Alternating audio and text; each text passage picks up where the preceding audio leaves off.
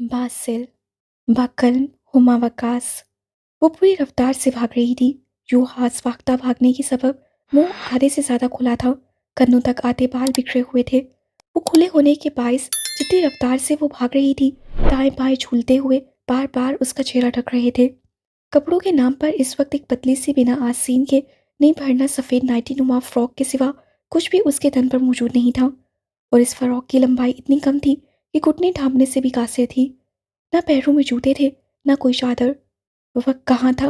वो जूते पहनती या तन पर चंद कपड़ों का इजाफा कर पाती। जैसे ही वो बदसाज जिसम नोचने की खातिर ऊपर झुका था, कांटा उसकी रान पर काटते ही वो भाग खड़ी हुई। रुकने का, कुछ भी सोचने का, हत्ता कि अगला सांस लेने का वक्त नहीं था उसके पास। और फिर खिड़की से फलांगती, पहाड़ से उतरती, अब नीचे भाग रही थी। भागकर सांस फूलने लगी थी। कल से एक निवाला भी हलक से नीचे नहीं उतरा था। कहाँ पता था ऐसा मौका मैसर आ जाएगा। नहीं तो कुछ जरूर खाती और शायद अब ज्यादा रफ्तार से भाग सकती। एकदम से भागते भागते वो रुक गई थी। सांस पूरी तरह फूल रहा था।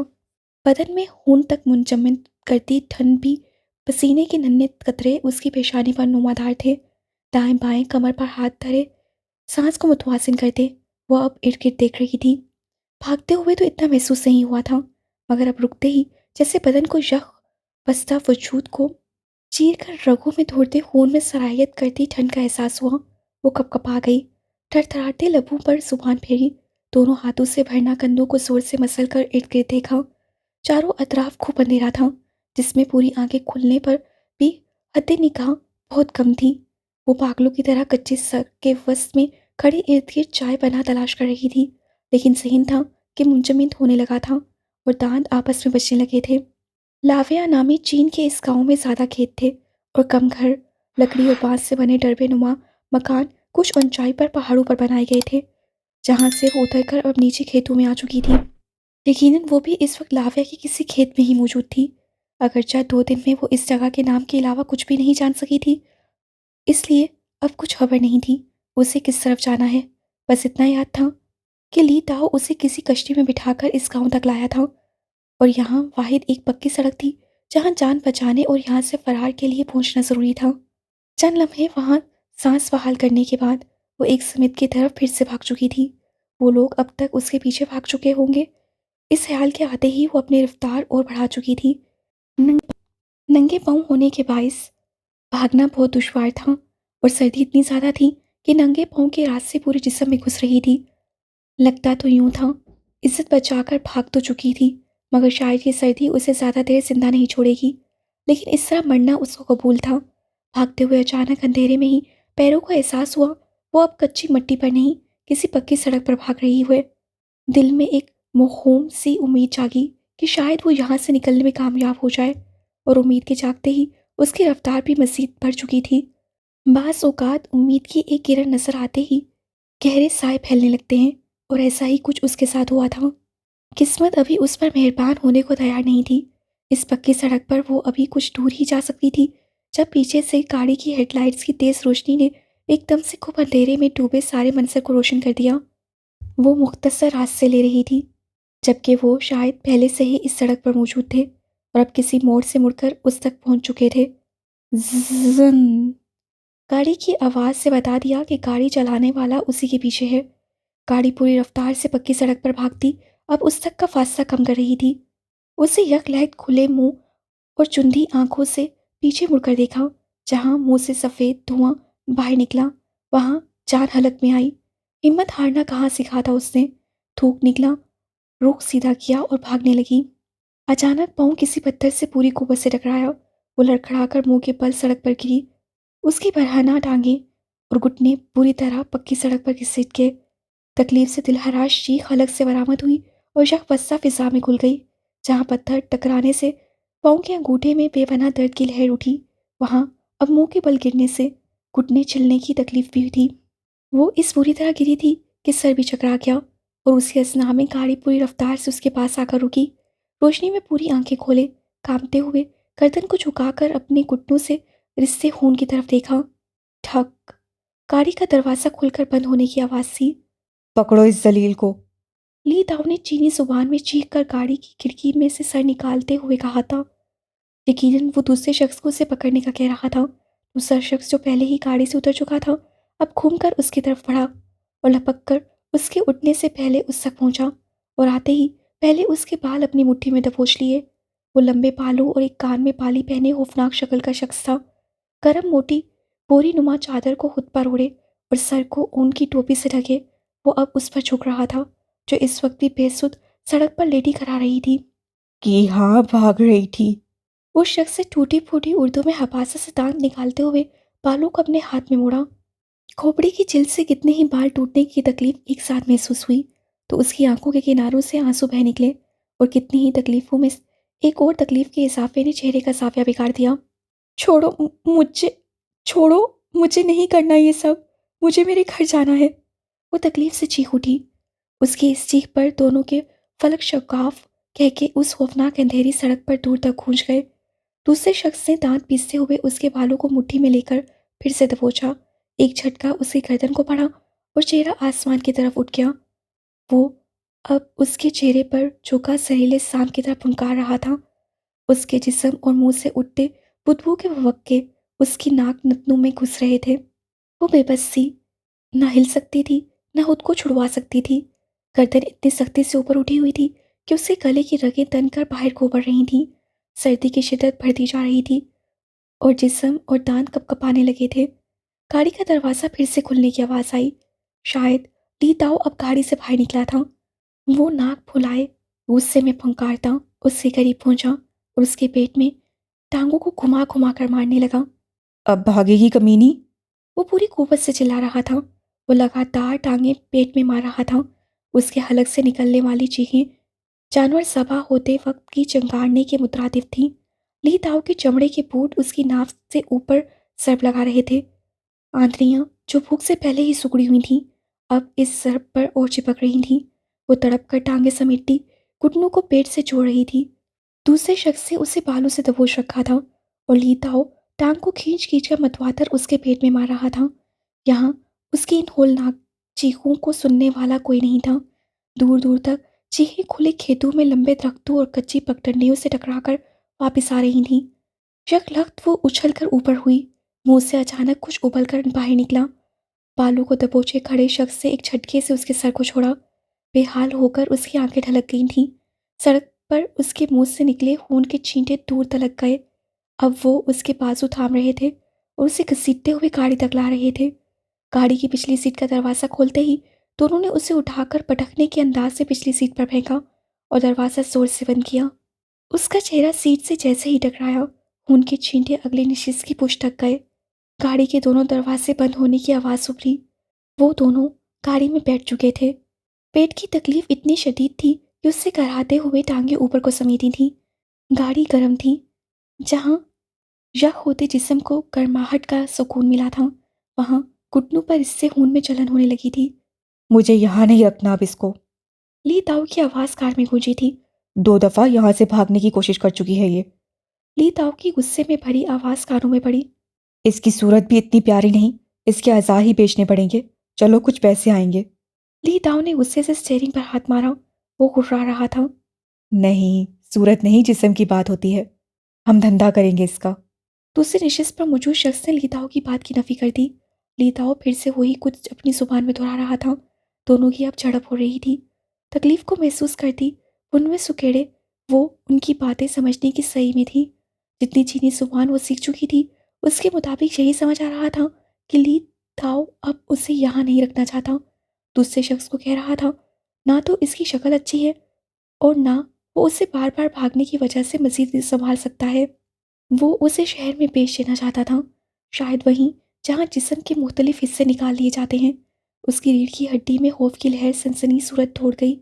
असाब यकदम से ऐसे बोझ तले दबे कि उसके हवास सब खोने लगे और फिर उसी तकलीफ में वो आंखें मूंदे इस दुनिया से बेखबर हो चुकी थी। America, Los Angeles, Beverly hills में रात का मंजर दिन से ज़्यादा खूबसूरती लिए हुए था। अमेरिका के इस हसीन तरीन शहर में बने बेशकीमती घरों में से एक था दारंग विलास। समंदर के किनारे पर बना ये कॉटेज की तरह चमकदार रोशन खूबसूरत दारंग विलास चमक धमक में आज और ही रंग ढंग लिए हुए था। विलास की बैरूनी राहदारी में ही लंबी कतार में बेशकीमत गाड़ियां खड़ी थीं और गेट पर बैठे गार्ड्स खुशखबरियों में मसरूफ थे। रात के 12 बजे के वक्त भी ये शानदार तारिक विलास दिन का समा पेश कर रहा था। जगमगाती रोशनियां और चमचमाते सड़क पर जदीद तर्ज के मलबूसात से तन किए कम मशरकी और ज़्यादा मगरबी मेहमान मध्यम से मुधर बजती मौसीकी में मगन नजर आ रहे थे। जदीद तर्ज पर तैयार करदा तैराकी के तालाब के एक तरफ लॉन में मेज़ों पर सजे लजीज तोआम इश्तिहा अंगेज खुशबू फैला रहे थे। इस खुशबू के साथ मिली जुली मुख्तलिफ कीमती कालोन की महक पूरे माहौल को मसरूरकिन बना रही थी। इर्द गिर्द से हफीफ दिलफरेब कहकहों के जल तरंग वक्फे वक्फे से उभर रहे थे। यहाँ तो हुस्न और दिलकशी का एक सैलाब उमड़ आया था। इन सब लोगों में वो स्याह चमकती मैक्सी में मलबूस सब पे नुमाया थी। नाम तो रूबीना था, मगर शायद बेवरली हिल्स में सब उसको रूबी मलिक के नाम से जानते थे। 40 साल की उम्र में भी उसके चेहरे पर कोई झुर्री नहीं थी। हसीन, दिलकशी और जदीद मेकअप और ज़ेबाइश से लेस वो तकरीब की जान थी। उसके बिल्कुल साथ खड़े असवद मलिक भी कम नहीं थे। हूबरू और रूबदार शख्सियत, वो दोनों अपने सामने खड़े लॉस एंजलिस के मशहूर बिजनेस मैन माथुर से महो गुफ्तगू थे और माथुर की नज़र बार बार रूबी पर फिसल रही थी, जिससे वो और सरशार हो रही थी। उन लोगों से कुछ दूर मशरूब का ग्लास थामे स्लेटी रंग के पेशकीमत सूट पैंट में मलबूस असवद मलिक का सपूत बुरहान मलिक कितनी ही मगरबी हसीनाओं के बीच खड़ा दिलफरेब कहके लगाता हुआ हर फिक्र से आज़ाद दिखाई दे रहा था। सलीके से बाल जल से पीछे किए कीमती लिबास में वो अपने माँ बाप की परछाई ही था। सबके चेहरे खिल रहे थे। ये शानदार तकरीब असवद मलिक की बीवी रूबी के जन्मदिन की खुशी में रखी गई थी। दारंग वलास पूरी बेवरली हिल्स में खूबसूरती में तो पहले ही अपनी मिसाल आप था, लेकिन इस वक्त दीदा सेब सजावट ने तो और चार चांद लगा रखे थे। एकदम से जैसे इस पुरसुकून और मसरूरकुन मंजर में थरथराहट पैदा हुई। दारिंग विलास के गेट के करीब बैठा गार्ड हड़बड़ा कर खड़ा हुआ और हवाइयाँ उड़े चेहरे के साथ गेट खोलने लगा। दांत निकालती रोज़ेन के चेहरे से यकदम हंसी गायब हुई और तीर की तरह भागकर उसे सबसे पहले मौसीकी बंद की। इसके बंद होते ही असवद मलिक और रूबी चौंक कर मुतवज्जा हुए। असवद मलिक और बिल्कुल पास खड़ी रूबी ने एक साथ गेट की तरफ देखा। एक लम्हे के लिए दोनों की आंखों में तकीर उमटा और अगले ही लम्हे रूबी सटपटाकर असवद मलिक के करीब हुई। ओ असवन, तुमने मुझसे कहा कि वो चाइना गया है शूटिंग के लिए? रूबी ने हौस भागता लहजे में असवन से सवाल किया। असवन मलिक तो पहले ही होंठों की तरह गेट की तरफ देख रहे थे। रूबी के यूं चक्के छूटने पर भनवें मजीद इकट्ठी की। तो झूठ कब बोला था मैंने? मेरी बात हुई थी उसके अनल से। आज दोपहर की फ्लाइट थी उसकी। असवन मलिक ने लबों को भींचते हुए अपनी बात की तस्दीक की। गेट खुल चुका था। गहरे नीले रंग की वो कहती अटलांटिक फराटे भरती सफ़ेद चमकते फर्श को रोंद कर गेट से अंदर दाखिल हुई। वो इतनी तेज़ रफ्तारी से इस शानदार तरंग विला में दाखिल हुई कि उसकी ड्योढ़ी में पहुंचने से पहले तक तैराकी के तालाब के करीब और लॉन में खड़े सब मेहमानों की गर्दनें उस तरफ मुड़ चुकी थीं और मुंह खुशी और जोश के मारे खुल चुके थे। Darrang is here. कितनी ही चीख नुमा बाजकश एक साथ उभरी थीं। सबके चेहरे आने वाली की आमद पर चमक उठे थे, माँ सवाए दारिंग विलास के मकीनों के, जिनके चेहरे फीके पड़ गए थे। बुरहान मलिक ने लब भींचे गुस्से से ग्लास पास रखी मेज़ पर पटका और तेज से सिम कदम उठाता हुनूक बने खड़े असवन मलिक और रूबी की तरफ बढ़ा। मीडिया वाले कैमरे थामे पागलों की तरह ड्यूटी की तरफ जा रहे थे और बहुत से दीवाने भी एक दूसरे से टकराते आगे बढ़ रहे थे। लड़कियां तो बाकायदा अपने लिबास दुरुस्त करती, गहरे गलों को मजीद खींचकर नीचे करती, कंधों से अपने मैक्सियों के स्ट्रैप्स ढलकाती ड्यूटी की तरफ बढ़ रही थीं। अटलांटिक की ड्राइविंग नशिश की तरफ का दरवाज़ा जितनी नरमाहट लिए खुला था, उसमें से निकलने वाला नफ्स उसके बिल्कुल बरअक्स था। उसके बाहर निकलते ही नस्वानी चीखों पुकार ने तारिंग विलास में बेहंगम शोर बर्पा कर दिया था। स्याह जीन्स गोल गले वाली सफ़ेद टी शर्ट पर स्याह हुडी, जिसके ऊपरी टोपी को वो एक झटके से सर पर से उतार चुका था। बिखरे घने गहरे भूरे बाल, वो कुशादा शकन उलूदा पेशानी गुस्सीली लंबी आंखें। वो मन में इकट्ठी किए बेसारी से अपने इर्द गिर्द बढ़ते हुजूम को देख रहा था, जबकि गेट पर मौजूद गार्ड्स अब लोगों को उसके करीब आने से रोक रहे थे। बरहान ने आंखों को मजीद सकोड़ और मुठ्ठियां भींचकर असवद मलिक की तरफ का रुख किया। What the hell is this? बाबा आपने कहा था वो शूटिंग के लिए जा रहा है, तो ये अब यहाँ क्या कर रहा है? बुरहान ने दांत पीसे और असवद के कंधे के करीब होकर कान में घुराया। असवद मलिक हनूज सामने दुरान मलिक पर निगाहें जमाए दम साधे खड़ा था। Just cool down. मुझे खुद भी मालूम नहीं वो यहाँ कैसे है इस वक्त। आवाज़ को हद दर्जा दिमाग रखकर जवाब दिया। वो अब गार्ड्स की मदद से हजूम से निकलता लंबे लंबे डाक भरकर लॉन के वस में लगे मेसों की तरफ आ रहा था। लड़कियां आगे बढ़ रही थीं, कैमरे तस्वीरें खींच रहे थे। रूबी गड़बड़ाकर फिर से असवंत के कान के करीब हुई। असवंत रो गई से ये क्या करने वाला है? मुझे इसके इरादे ठीक नहीं लग रहे। सारी पार्टी खराब कर देगा। वो हद दर्जा आवाज़ को धीमा रखे हुए खौफ से खोया हुई। डोंट वरी, ओवर रिएक्ट मत करना बिल्कुल भी। असवन झटके से कोट दुरुस्त करते तेजी से आगे बढ़े। वो तूफान अब गुस्सेली आंखें लिए तैराकी के तालाब के पास पहुंच गया था, जहां से गुजर रहा था। मुलाजिम हाथ बांधकर सर झुका रहे थे। उसके लॉन में पहुंचने तक असवन मलिक उस तक पहुंचकर उसके सामने आ चुके थे। वो अपने सामने खड़े असवन मलिक को देखने के बजाय एक आबरू उठाए गर्दन अकड़ाए इर्द गिर्द की सजावट दिख रहा था। ऊपरी लब को दांतों से पकड़कर खींचा और नाक चढ़ाकर सांस दी। पेशानी पर बल मजीद गहरे हो रहे थे। जितने बल गहरे हो रहे थे उतनी ही आंखें गजब ढा रही थीं। असद मलिक उसके और करीब हुए। चेहरे पर परेशानी की लकीरें उभर रही थीं। दुरान, कोई तमाशा मत करना। It's my request please. मुझे तुमसे इजाज़त लेनी चाहिए थी लेकिन तुम्हारी शूटिंग थी, तो मैंने सोचा। असवन इल्तिजाई लहजे में उस सबकी वजाहत देनी चाहिए। असवन मलिक एक हाथ उसके कंधे पर यूं धरे खड़े थे जैसे उसे राम कर रहे हूँ। दुरहान ने आहिस्तगी से अपने कंधे पर से असवन मलिक के हाथ को हटाया। मतलब वो उनकी बेतुकी वसाहत सिरे से रद्द कर चुका था। असवन ने एक निगाह कुछ दूर परेशान हाल खड़ी रूबी और नाक फुलाए सबसे लब भींचे खड़े बुरहान पर डाली।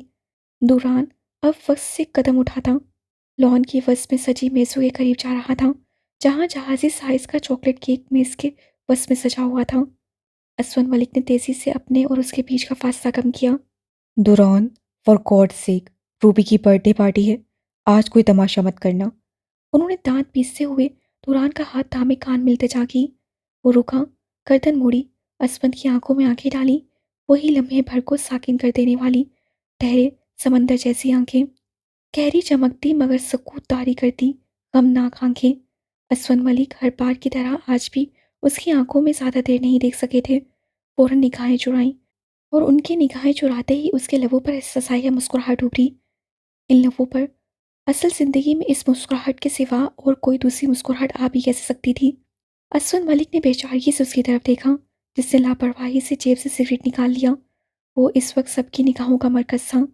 सताइशी निगाहें, रश्क करती निगाहें, आहें भरती निगाहें, उसके देदार से सैर होती निगाहें, उसकी एक निगाह की मुंतज़िर निगाहें। असवन ने फिर से बोलने के लिए लब खोले ही थे कि उसका एक झटके से उठा हाथ देखकर फौरन बंद हुए। कलाई पर बंधी पॉकेट फ्लॉपी हल्का सा ऊपर होकर नीचे हुई। असवन मलिक साहब, असवन मलिक साहब, ये दुरांग विलास है। मलिक होश नहीं। यहाँ क्या होगा क्या नहीं, ये फैसला दुरान मलिक करेगा, कोई और नहीं। उसने तंसिया लहजे में सीने पर उंगली रखी, जबकि लबों पर तंसिया मुस्कुराहट हनूस कायम थी। वो कम बोलता था, पर जब बोलता था बस फिर कोई बोल भी नहीं पाता था। असवन मलिक को छली कुटी सुनाकर बड़े अंदाज में जेब से लाइटर निकाल चुका था। लाइटर पर अंगूठे की सरप पड़ते ही शोले की रोशनी ने चलते ही उसकी गहरी आंखों में अक्स बनाया। उसकी सिगरेट सुलग गई थी। नाक भींचे बड़े अंदाज में आगे बढ़ा और मेज के पास जाकर एक हाथ के झटके से मेज उलट दी। धर धर करते केक समेत सारे लवाजमात और पेशकीमत बर्तन जमीन पोस हुए।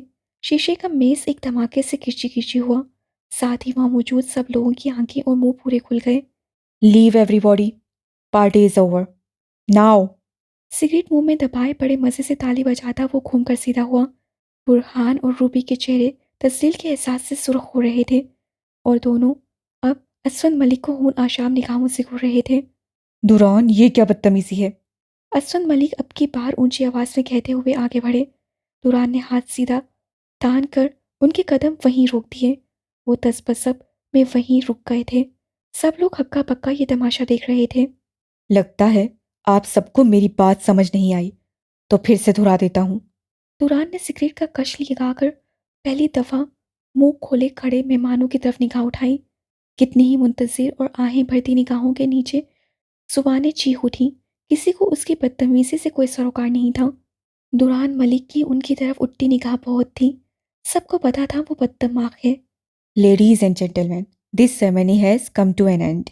Now you can all go, I want to sleep.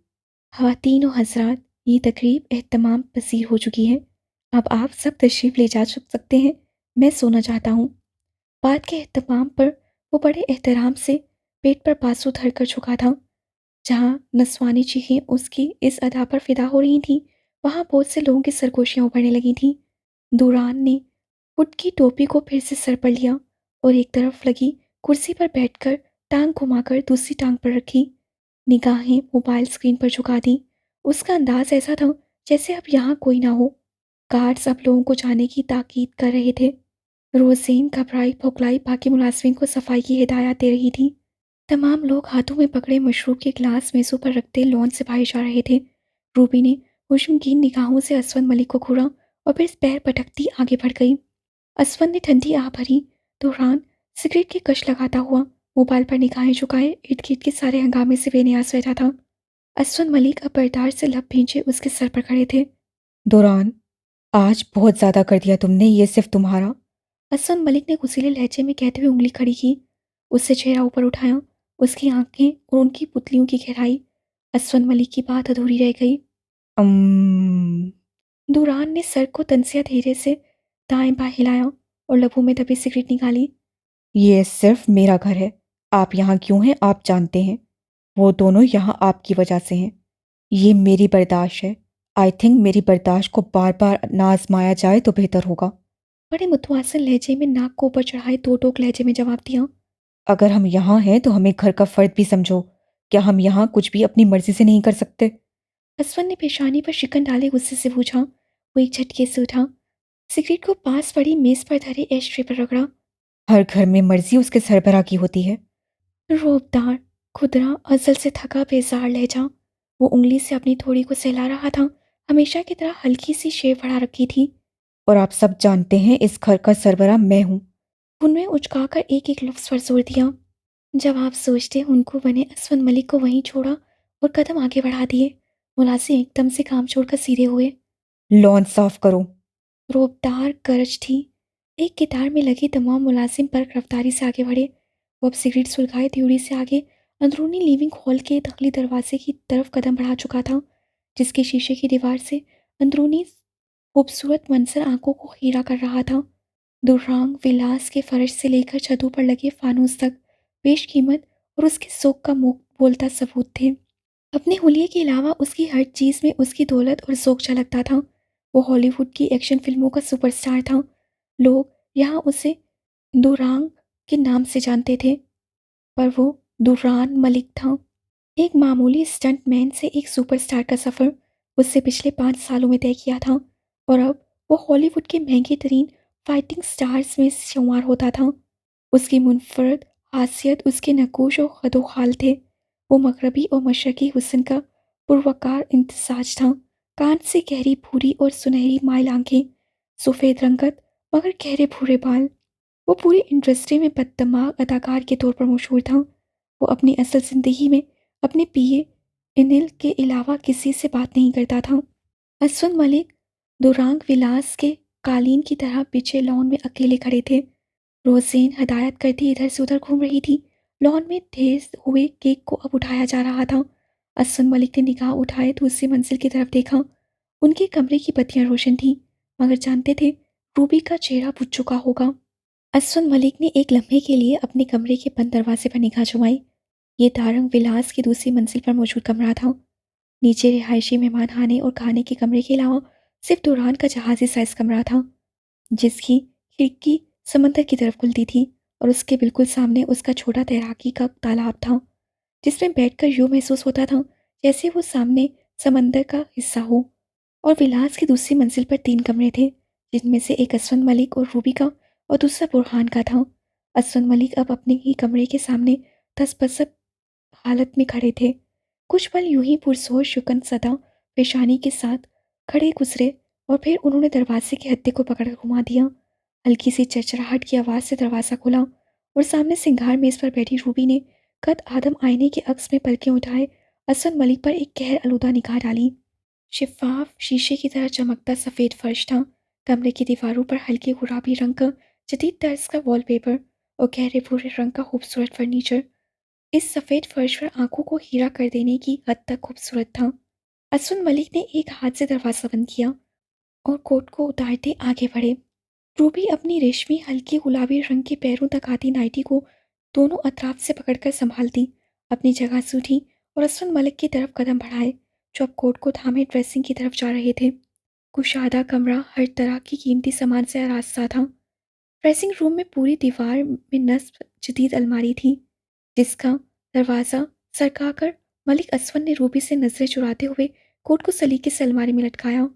Ruby भी अब कमरे के साथ मुलहक्का उस ड्रेसिंग रूम तक आ गई थी। असवन मलिक को अब बस उसके बोलने का इंतज़ार था। असवी, मुझे पाकिस्तान जाना है। नारूठे से लहजे में उससे बात का आगाज़ किया। अलमारी को बंद करते असवन मलिक के हाथ लम्हा भर को रुके और फिर गहरी सांस लेकर उसकी तरफ देखा। उतरे चेहरे और शिकन आलूदा वो ईशानी लिए खड़ी थी। मेकअप चेहरे से साफ हो चुका था और अब वहाँ वक्त गुजरने की छाप हल्की छुरियों की सूरत नुमाया थी, लेकिन वो आज भी बेहद हसीन थी। यहाँ का ऐश आराम छोड़कर पाकिस्तान जाना चाहती हो? वही चिक चिक वाली, वही मिडिल क्लास जिंदगी। असफर मलिक ने एक आबरू चढ़ाए पूछा, कम डराया ज़्यादा था। ऐश नहीं, जिल्लत कहें। असफी, कम अज़ कम जिल्लत तो नहीं होगी। मेरी तो समझ में ये नहीं आती, आखिर को दौरान ने हमें यहाँ रखा ही क्यों है, अगर हमसे इतनी ही नफरत है। रूबी ने दिल मिलाते हुए भड़ास निकाली। असफर मलिक अब टाई की नोट खोल रहे थे, साथ साथ गर्दन को दाएं बाएं जंबिश दे रहे थे। मुझे लगता है वो सब जानता है और वो यहाँ पहुंचा भी इसीलिए है। पुरसोच लहजे में अपना डर जाहिर किया। कुछ नहीं जान सकता वो, फक्त एहसान फरामोश है। रूबी ने डरने की बजाय कहिया लहजे में सहर उगला। असवन मलिक ने हैरत से अपने सामने खड़ी औरत को देखा, जो गुस्से में अब हाथों की उंगलियां मरोड़ रही थी। उसका अब कोई बस नहीं था दौरान पर। एहसान फरामोश? रूबी, एहसान तुमने कौन से किया आज तक उस पर? असवन मलिक ने फन में इकट्ठी किए सवाल नहीं, सीधा तीर बरसाया था रूबी पर। रूबी ने तुनक मिजाजी से आंखों को सकोड़ कर असवन मलिक की तरफ देखा। असवन मलिक का दौरान की तरफ हल्का सा झुकाव भी उससे कहाँ गंवारा था। मैंने नहीं किए, आपने तो किए हैं। क्या वो सब भी भूल गया है वो? रूबी का धरश लहजा हनूस कायम था। नहीं, भूला कुछ भी नहीं है, सब याद है उसे, भूल हम रहे हैं। असवन मलिक ने ठंडी सांस भरी, टाई को अलमारी में रखा और जूते उतारने की गर्ज से करीबी स्टूल को खींचकर उस पर परचुमान हुआ। मेरा तो ऐसा दुश्मन है वो कि मत पूछो, मुझसे अब ये सब बर्दाश्त नहीं होता असवी। रूबी ने दांत पीसते हुए अपना फैसला सुनाया। बर्दाश्त तो करना पड़ेगा, इस ऐश इस पैसे के लिए। जूते उतारते हुए सर झुकाई असवन मलिक ने उसकी बात को बेकार साबित कर दिया। रूबी तिल मिलाकर आगे बढ़ी और असवन मलिक पर झुकी, उंगली को गुस्से से हवा में मोल लिख किया। असवी, आप सिर्फ उस दिन का इंतजार कर रहे हैं जिस दिन वो हमें यहाँ से धक्के मार के निकालेगा। गुस्से से आवाज़ ऊंची हो चुकी थी। उसका चेहरा इस वक्त भी तस्सील के एहसास से सुर्ख था। असवन मलिक ने चेहरा ऊपर उठाया और तमानियत से खड़े हुए। नहीं, मैं उस दिन का इंतजार कर रहा हूँ जब वो सब कुछ उगल देगा। और रही बात तुम्हारी, तुम्हें इन 4 सालों में इस लग्जरी लाइफस्टाइल की इतनी आदत पड़ चुकी है कि तुम अब पाकिस्तान जाकर नहीं रह सकती। और तुम जानती हो, कमाता मैं नहीं, वो है। असवन मलिक ने कदम कमरे की तरफ बढ़ा दिए, जबकि रूबी के कदम इस बात पर ड्रेसिंग के कमरे के फर्श पर ही जमकर रह गए। गलती हमारी ही है, हमें बर्थडे पार्टी बाहर प्लान करनी चाहिए थी। असवन मलिक का लहजा अब मुतमीन था। वॉशरूम के सामने पड़ी चप्पल को पाँव में अड़ाते वो वॉशरूम का दरवाज़ा खोल चुके थे। एक निगाह मुड़कर गहरी सोच में डूबी रूबी पर डाली और वॉशरूम में घुस गए। रूबी की दोनों भन पेशानी पर कुछ इस तरह उठी हुई थी कि पेशानी पर उमूदी लकीरें उसकी गहरी सोच की अक्कासी कर रही थीं।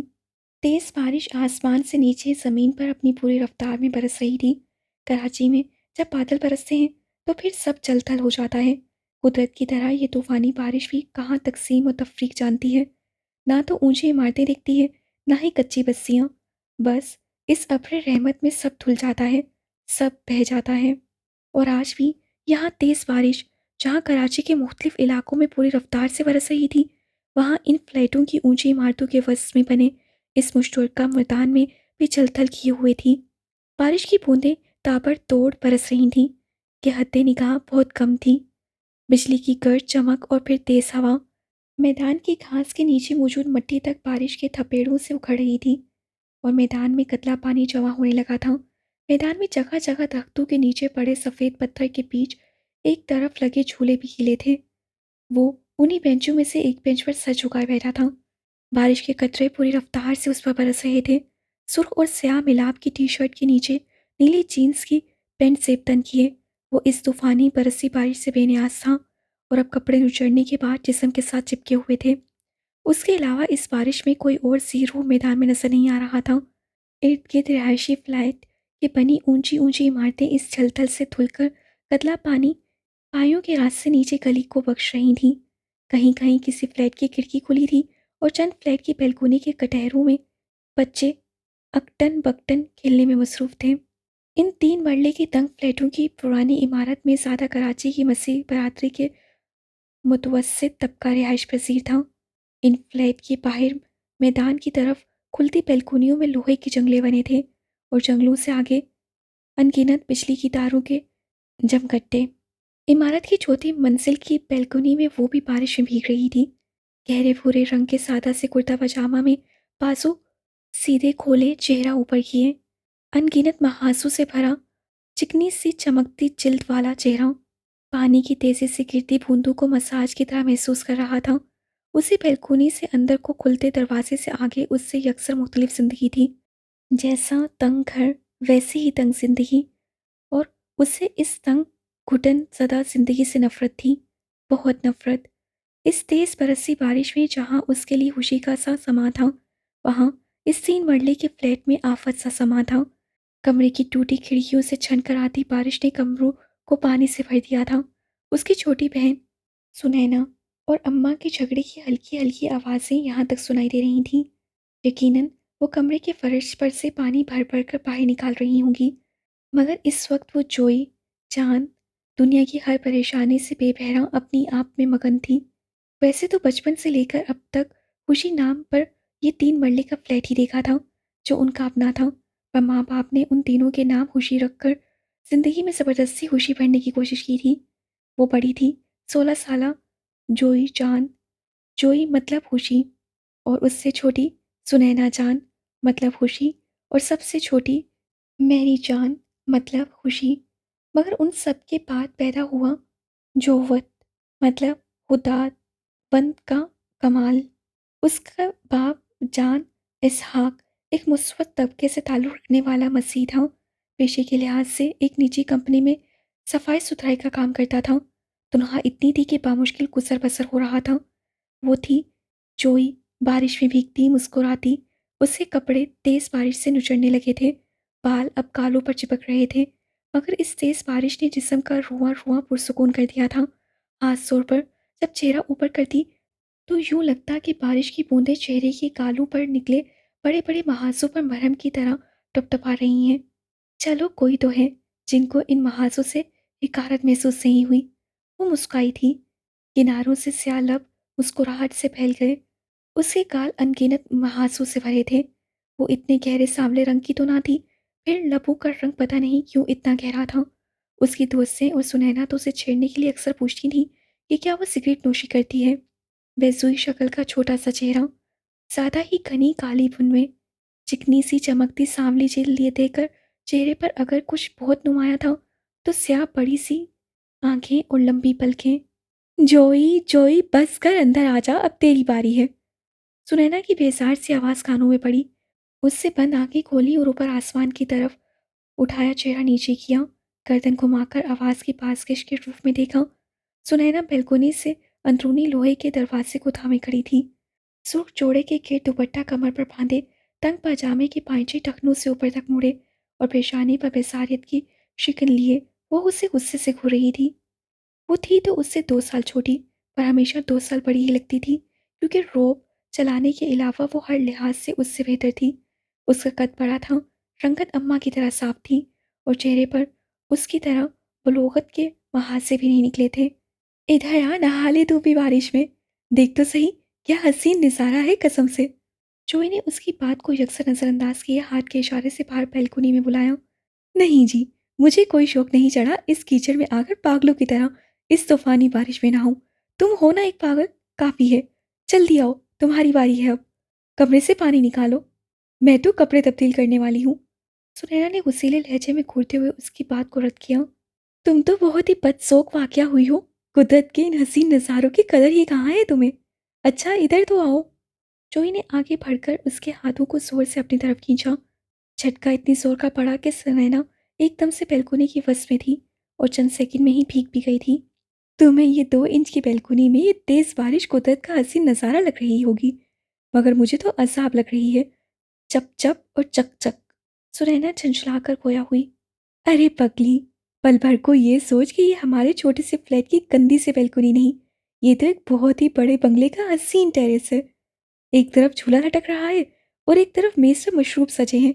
मार्बल का कांच जैसा सफेद फर्श है और सामने एक गंदा सा मैदान नहीं, एक समंदर है। और नीचे ये मैली कुचैली पान की दुकानें नहीं, बल्कि स्विमिंग पूल है। जोई खोए से लहजे में हला में घूरते हुए बोल रही थी। सुनैना ने ताज्जुब से सर हवा में हिलाया। जोई को हर हाल में खुश रहना आता था और वो अपने ख्यालात को खुद पर हावी कर लेती थी। चल अब हंस दे, कहीं नहीं तेरी गोरी रंगत पिघल जाएगी इस बारिश में, और जैसा मैंने कहा है वैसा सोच।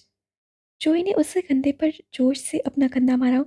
वो जो बार बार बारिश को मुंह पर से साफ कर रही थी खिलखिला दी। जोई ठीक कह रही थी।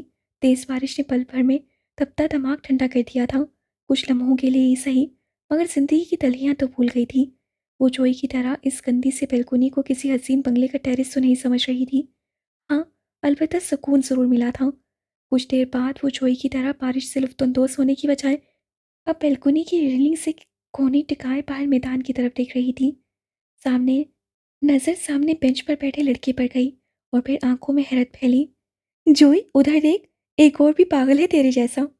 गर्दन को मोड़े ऊंची आवाज़ में आंखें मूंदे खड़ी जोई को पुकारा।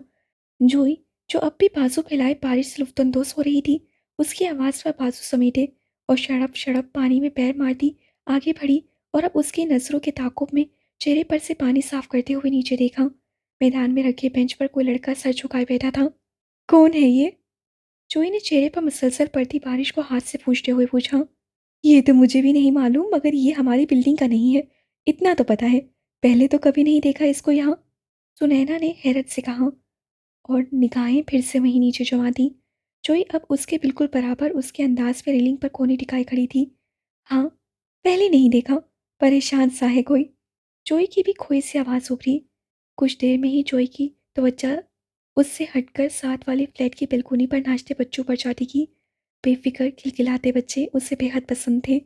बच्चों ने शर्ट्स उतार रखी थीं और उछल उछल कर बारिश के पानी में छलांगे लगा रहे थे।